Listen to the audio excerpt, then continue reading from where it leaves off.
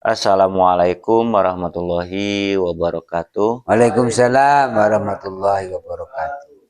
Alhamdulillah, pada kesempatan ini, malam ini kita kedatangan tamu yang spesial dari Jogja, yaitu Pak Mun.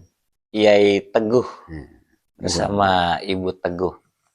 Nah, dalam pertemuan ini kita akan coba berbincang-bincang atau ngobrol santai sambil ngopi dengan mengambil tema bagaimana rasanya ketika kita sudah bertarekat atau bertarekah, kan gitu ya Pak ya. Nah, awal pertanyaan saya kepada Pak Yai Teguh, bagaimana, apakah beda antara orang yang belum bertarekat dan orang yang sudah bertarekat? Nah, ketika orang yang belum bertarekat tentu belum bisa merasakan bagaimana ketika sudah bertarekat. Nah, ya sebelum ketika orang yang belum bertarekat, dia pun tidak bisa merasakan bagaimana bertarekat. Nah, saya akan bertanya pada Pak Yai, ketika kita sudah bertarekat itu, bagaimana sih rasanya orang yang sudah bertarekat? Waktu dan Baik, terima kasih bisa Bang Jaya. Ini dipersilahkan Pak Yai. ya pertanyaan yang apa namanya ya merangsang ya, Ya, merangsang. Sisi lain memang saya juga sangat terobsesi karena betapa ingin menyampaikan tarekoh ini kepada kebanyakan orang yang banyak orang nggak peduli, padahal tarekoh itu jalan kembali kepada Tuhan, dan kembali ya, kepada Tuhan adalah mutlak, sistem baku yang mesti dilalui, dijalani oleh setiap orang, setiap manusia dan setiap makhluk sebenarnya itu.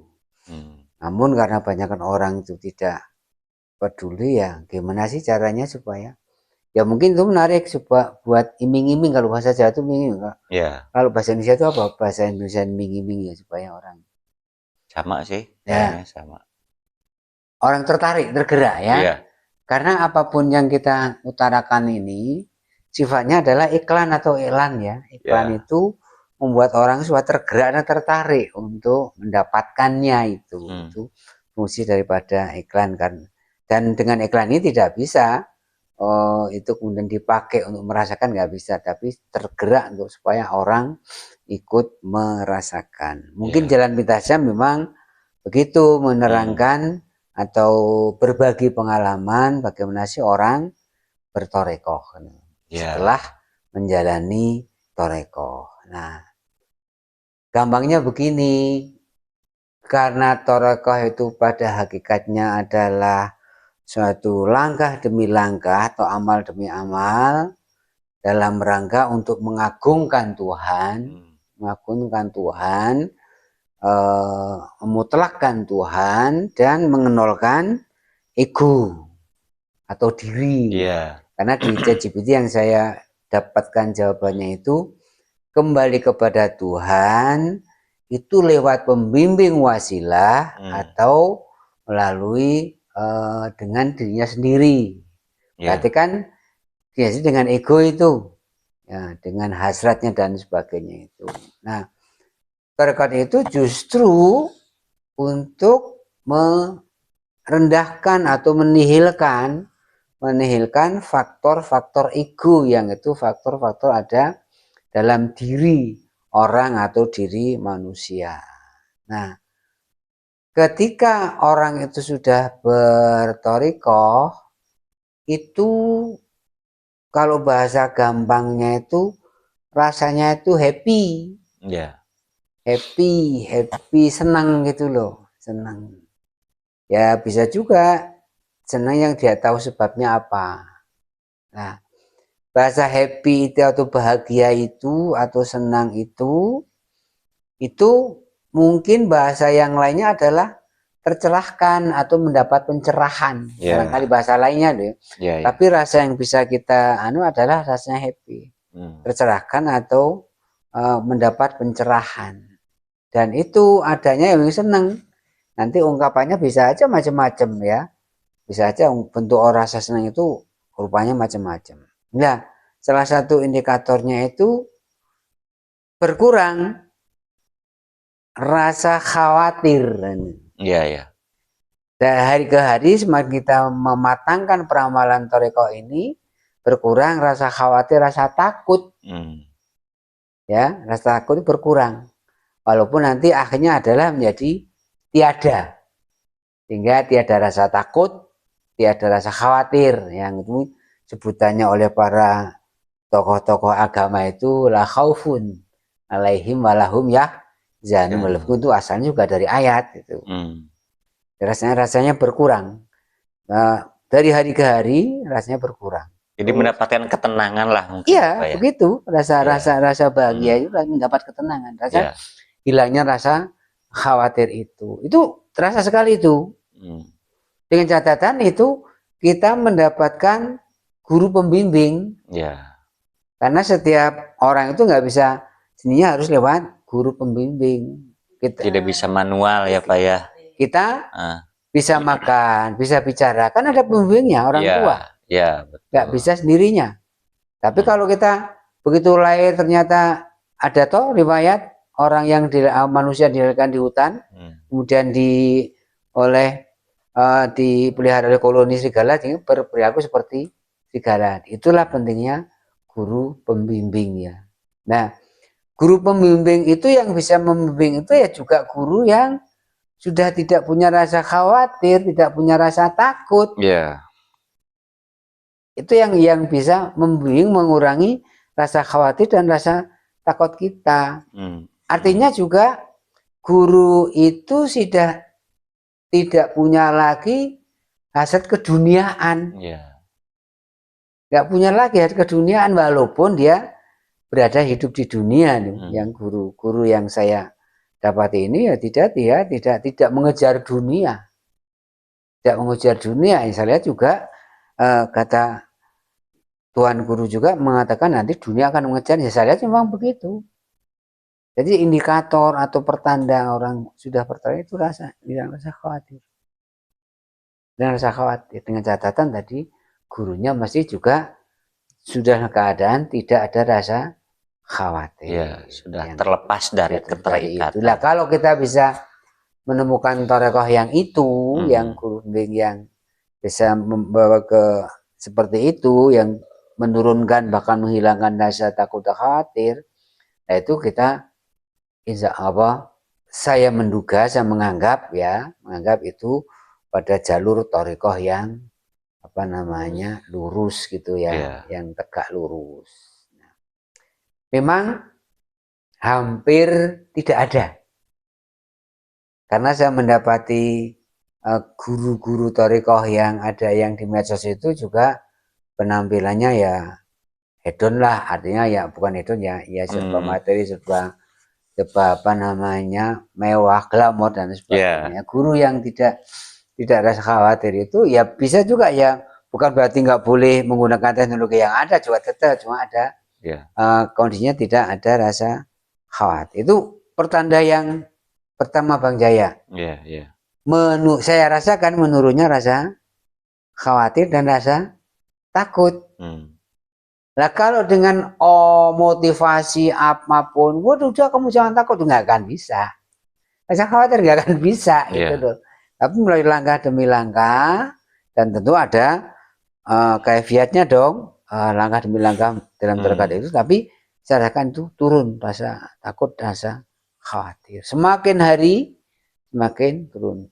Kalau kita berhampiran bergandengan senantiasa dengan guru pembimbing rohani. Nah, itulah nanti bagian lain apa yang disebut dengan guru itu. Nah, tapi tadi pertanyaannya kan apa sih rasanya orang yang sudah menjalani thariqah ini? Itulah iming-imingnya barangkali. Hmm. Nah, rasa khawatir itu tidak dapat ditambal dengan karena kita berlimpahnya harta. Kadang-kadang kata orang yang punya harta, saya jadi nggak punya harta sih. Kata orang yang sudah punya harta itu, kalau sekarang punya harta 10 juta, bagaimana menjadi 20 juta? Justru ingin mengejar terus gitu. Terobsesi ya, terobsesi terus mengejar terus. Terus makin menggebu. Makin banyak harta, semakin banyak susah untuk ngurus harta itu sendiri. Jadi bukan tidak khawatir bukan karena banyaknya harta, tapi ternyata banyak harta pun justru malah semakin menambah khawatir karena khawatir juga berkurang hartanya ketika menambah-nambah terus gitu loh. Jadi khawatir kalau ini yang bukan berarti nggak butuh harta, ya nyatanya masih butuh makan, butuh transport segala macam. Tapi rasa khawatir itulah yang menurun. Dan itu terasa sekali saya rasa. Ya, kalau tadi saya simak penyampaian Pak Yai itu ya, ketika sudah bertarekat, kita sudah hilang dengan yang namanya kekhawatiran. Ya berkurang lah, ya, hilang juga belum. Dan lama-lama kurang ya. Akan hilang dengan sendirinya. Nah, kenapa kita pun bisa terinduksi mengurangi rasa kekhawatiran, ketakutan, bahkan menghilangkan rasa kekhawatiran, ketakutan itu karena kita sudah dibimbing oleh guru yang tidak ada khawatir. Nah, itu. Jadi kita itu memang harus mencari seorang pembimbing yang menunjukkan, membimbing kita untuk mengurangi bahkan menghilangkan rasa kekhawatiran dan ketakutan tersebut. Dan beliau sendiri juga terlihat oleh kita, rasakan oleh kita, dia tidak ada rasa khawatir. Nah, itu yang dan rasanya happy cari. Terus. Dan alhamdulillahnya kita sudah ketemu itu ya. Rasanya happy terus. Di sekolah itu ini di Tarekat Naksabandia Kholidiyah Al-Mahdiyah Nusantara. Nah, mungkin orang akan tergelitik dengan kalimat Al-Mahdiyah ya. Al-Mahdiyah bukan berarti kita Al-Mahdi, tapi pengikut Al-Mahdi. Makanya Al-Mahdiyah. Al-Mahdiyah itu adalah pengikut Al-Mahdi ya.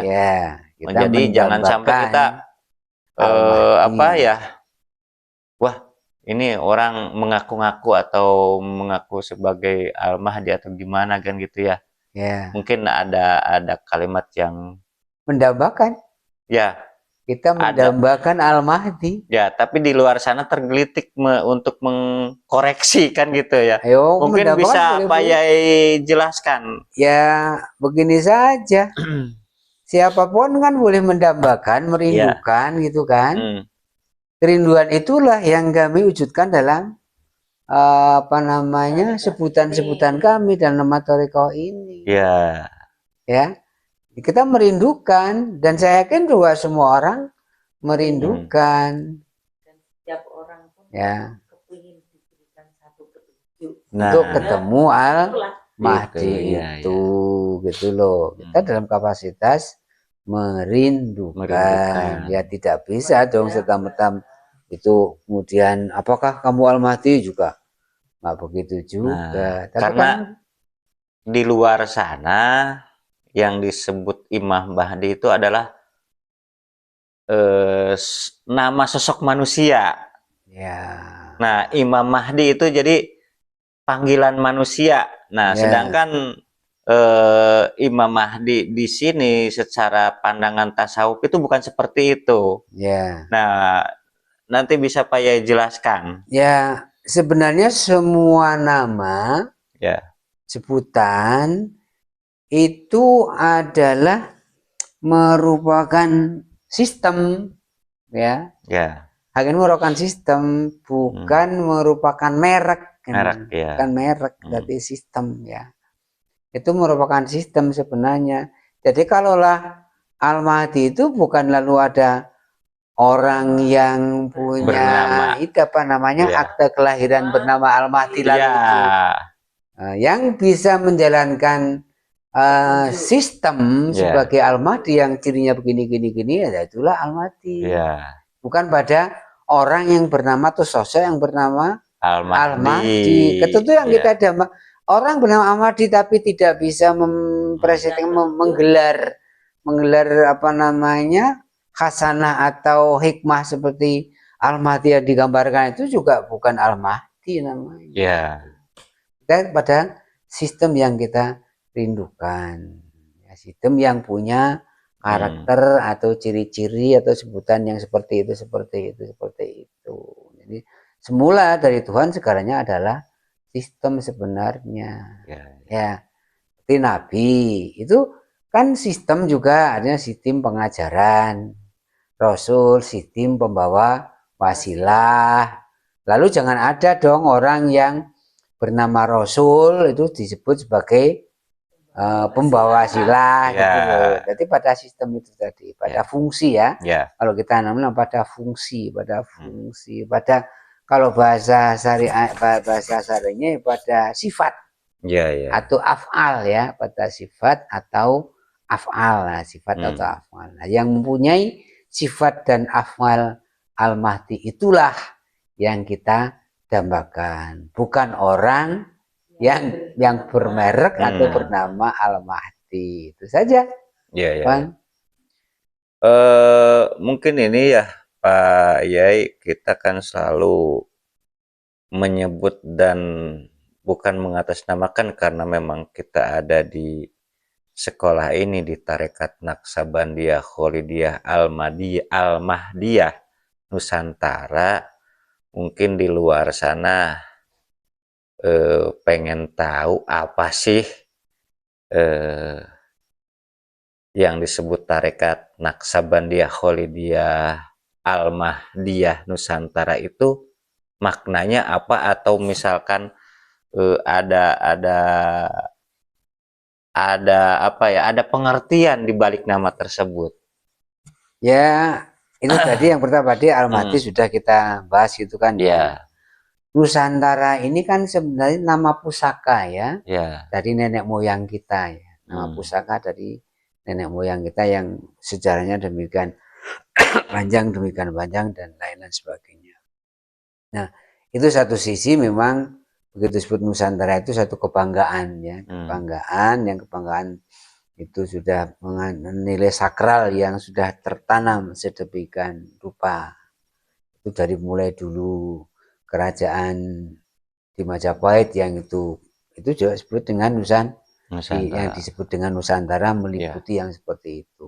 Nah, kita lebih pada mempersembahkan untuk keagungan ataupun bahkan kesakralan nama Nusantara, karena kita berada di dalam Nusantara. Ya, makanya yang itu dia terbebas dari kepentingan dan warna-warna secara politis, karena itu sudah menjadi nama daripada atau jiwa daripada nenek moyang bangsa kita, yaitu bangsa Nusantara. Jadi pada sakralnya atau pusakanya Nusantara itu, ya, pada sakralnya itu.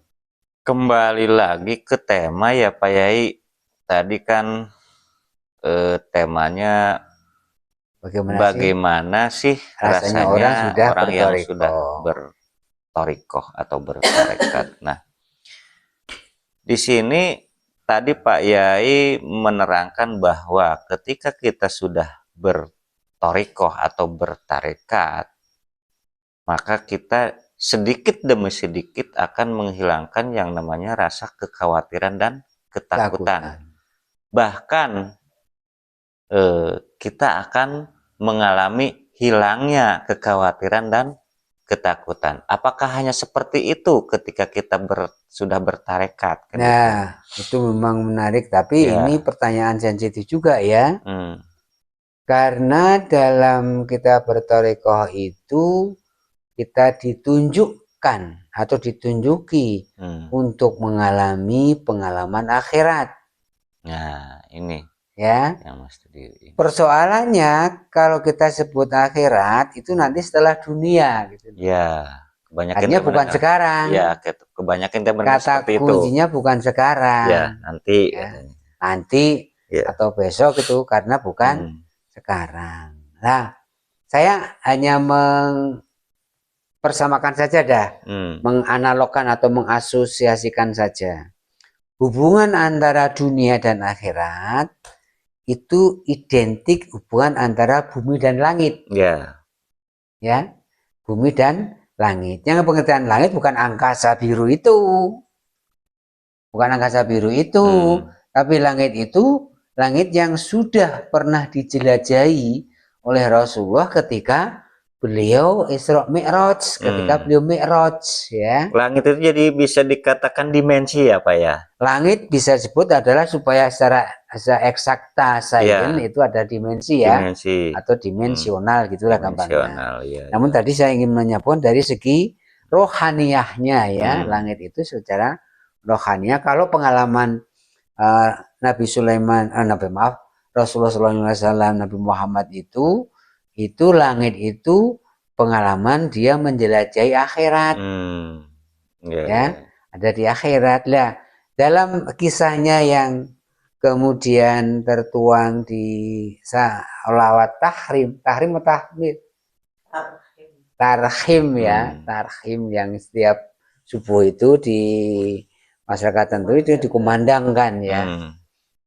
Watakot damta li sholati fasolla kullu man fis sama wa antal imam. Itu menceritakan tentang keadaan kejadian Nabi Muhammad ketika Mi'raj di Sidratil Muntaha, yang itu di langit ya. Yang disebut adalah sama, itu bahasanya langit. Itu menceritakan itu. Ceritanya adalah engkau wahai Nabi Muhammad, maksudnya itu kan pujian kepada Nabi Muhammad. Berdiri mendahului atau mendahului berdiri untuk sholat. Anda berdiri mendahului berdiri untuk sholat. Jadi berdiri dulu. Fasolah kuluman fisama, maka sholatlah seluruh penghuni langit. Kuluman fisama, langit ya. Berarti itu pengalaman di alam akhirat, di alam langit ya. Alam akhiratnya, alam akhirat itu alamnya para ruh. Ya, kuluman fisama berarti para ruh yang menghuni langit. Itu secara letternya bunyi begitu. Berarti apa? Yaitu yang dikisahkan di sana, roh-rohnya para aulia, para rasul, para anbiya, para malaikat. Itu menghuni langit di sana, dan Muhammad Rasulullah pada Mi'raj itu menjadi imam, wa antal imam. Jadi ternyata langit itu adalah tempat atau lingkungannya atau tempat tinggalnya para roh atau para arwah. Jadi itulah akhirat. Jadi dunia dan akhirat sama dengan bumi dan langit. Waktunya sama.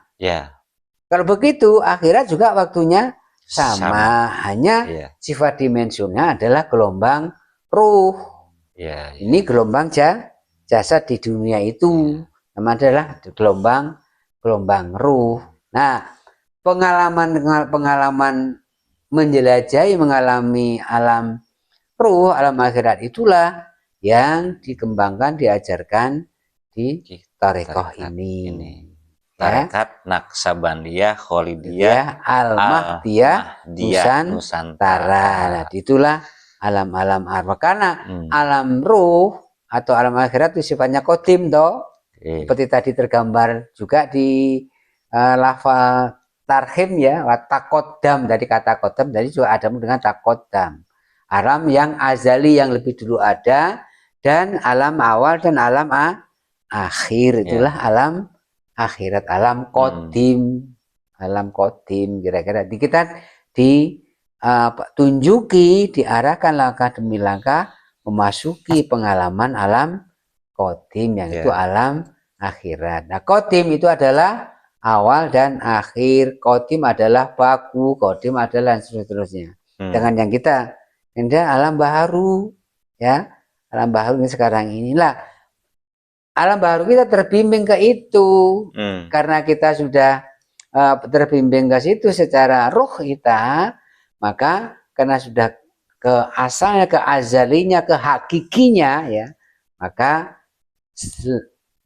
jengkal demi jengkal, setapak demi setapak, rasa takut khawatir itu karena toh yang akan kita masuk apapun dari manapun itu juga alam akhirat ya. Maka kita menjadi berkuranglah rasa khawatir dan takutnya, kata kita ditunjuki untuk mengalami alam akhirat yang itu alamnya para arwah dan ruh dan yang maha ruh, yaitu Tuhan Allah Subhanahu wa Ta'ala sendiri, hingga mengalami besertaan dengan Tuhan, dengan disebut dengan bismillah atau billah. Ya, kira-kira kalau dideskripsikan makna seperti itu. Kalau dideskripsi secara apa namanya terminologi yang ada di lingkungan kita. Nah, mungkin ini ya Pak Yai di luar sana menganggapnya dunia dan akhirat itu berpisah, dua alam ya, berpisah waktu ya. Padahal ya kalau kita sudah masuk tarekat ini, dunia inilah alamat bagi akhirat. Kan gitu ya Pak ya. Ibaratkan jasmani kita ini adalah alamat bagi rohani kita. Begitu juga dunia adalah alamat bagi akhirat. Nah, bagaimana kita agar bisa memasuki alam akhirat saat kita masih di dunia? Yaitu di sekolah tarekat ini. Nah, disinilah di tarekat Naksabandiyah Kholidiyah Al-Mahdiyah Nusantara. Hanya saja jangan ikut-ikutan. Hanya saja jangan coba-coba ikuti kami, karena kami dianggap syirik, sesat, dan bid'ah. Inilah mengenai praktek Thariqah Naksabandiyah Kholidiyah Al-Mahdiyah Nusantara. Nah, mungkin kita akan dilanjut dengan sesi selanjutnya mungkin ya. Untuk sementara kita tutup dengan wabil taufiq wal hidayah. Wassalamualaikum warahmatullahi wabarakatuh. Hura. Hura. Ya.